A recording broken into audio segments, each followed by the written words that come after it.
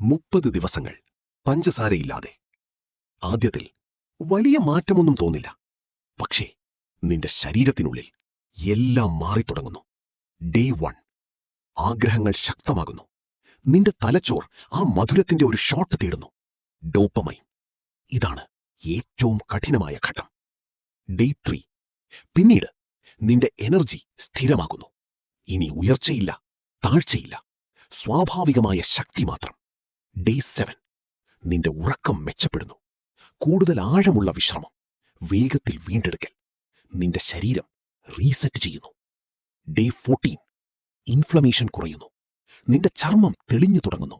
നിനക്ക് കൂടുതൽ ലഘുവായി തോന്നും.